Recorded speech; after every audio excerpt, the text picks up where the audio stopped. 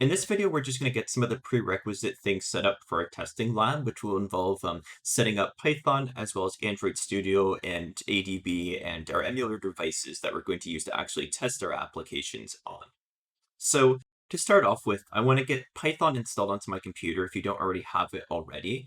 If you're running a Linux distribution, you're already going to have Python 2 installed on your computer, and that's great. You can leave that as is. You don't need to install any other versions of Python since all of the security testing tools that we're using are currently written for Python 2. If you're on a Windows computer, you're going to need to download Python. So if you go to the Python website here, which again, I'm going to put all of the links into the resources section of this course so that you're able to access them and follow along here. But if you go onto the Python website link, there'll be a version I am currently using, I believe, 2.7.18. I'd recommend that one since it's the most recent one. If you just click on download here, it will download the MSI file onto your computer. You'll just have to run it and follow through the instructions. And once that's done, you'll have Python installed onto your computer. Now, when you first install Python, it's going to place it into a directory here, which will be typically in C, and then you'll have Python 2.7. What you want to make sure is when I right click on my, not on my local disk, when I right click on this PC in this case and go to properties, you'll see that there's an option inside of here for advanced system settings. And then inside of here, there's an option for environmental variables.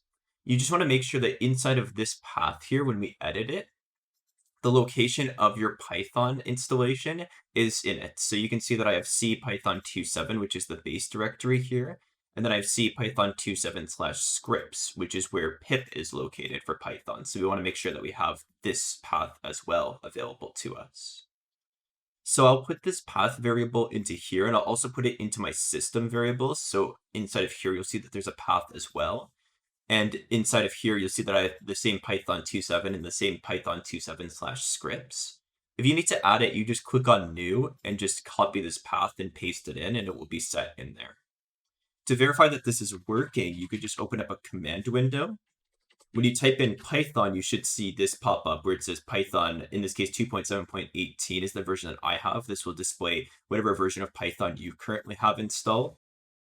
Then I can click exit, and then if you type in pip, you should also get something pop up. Usually it takes a few minutes here for it to actually pop something up, but if you see it sitting here and actually like thinking and trying to process rather than saying pip doesn't exist, then you do have pip installed. So you can see this is generally the information that displays when we run pip.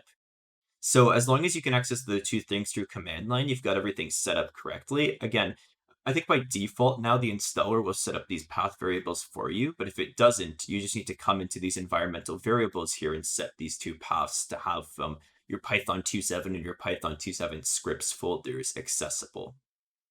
So you just want to make sure that those are accessible and that that's all downloaded.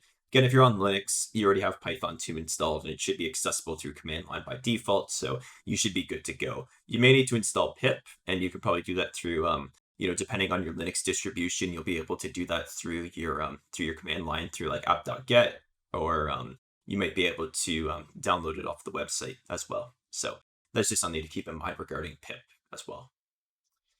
So once we have Python set up and installed, we also want to install Android Studio. So again, links will be into the resources section. Inside of here, you'll see that we have the availability to download a Windows, Mac, Linux, or Chrome OS version, depending on what version you're currently running on. You're just going to want to download that and then install it the way that you typically would any other program. So for Windows, for instance, we're just going to download the exe and run it. Just follow through all the instructions, click through it, you'll get everything installed, and you'll have Android Studio all set up. This process takes a little bit of time, so I've already installed the Android Studio on my computer. And from here, I'm just going to walk you through some of the main components that we want to work with inside of Android Studio. So once you get it installed, just go ahead and launch it, and then proceed through the default dialog, create a new default project. You'll be set in a screen that looks like this, minus the code here. So you'll have something that looks like this, likely. Now, if we want to go ahead and get an Android virtual device set up, what we do is we go into the tools section here, and you'll see this option that says AVD Manager. You go ahead and click on AVD Manager, and you'll get this page here that says Create Virtual Device. If you click on Create Virtual Device, you'll see that we have a whole bunch of different devices that we can choose from. You really pick whatever device you like. typically you want to pick one that has this Play Store icon here because those ones are typically compatible with any Play Store applications. So if you're pen testing like a real Play Store application, you want to make sure that you pick one that will be able to take in that type of app. So I'm going to go ahead and select Pixel 3. So I'll select this one here and press Next. I have no real reason that I just prefer the Pixel 3 for testing. So, you can pick whichever one you really like. And then in this case, we're going to go ahead and select our release version. So you can pick any operating system version. I think all of them tend to work with the app that we're going to be pen testing with. I'm going to go ahead and select Q in this case, since it's the newest sort of stable version, 10.0. So we'll go ahead and press next on here. Sorry, just one other note here is that if you don't currently have any of these installed, you'll see it grayed out with an option that says download. So you need to click on download, and then it will walk you through the download process for those system images. And then once you have it downloaded, you'll be able to select it and move forward to the next step here. The next step here is just going to be to name your device. I'll call mine pen test device, just that way I know which one it is. And then I can go ahead and press finish. From here, your virtual device will be set up, and then you can just click on the play button, and it will launch your virtual device. So it's just going to take a few minutes for us to get this device launched.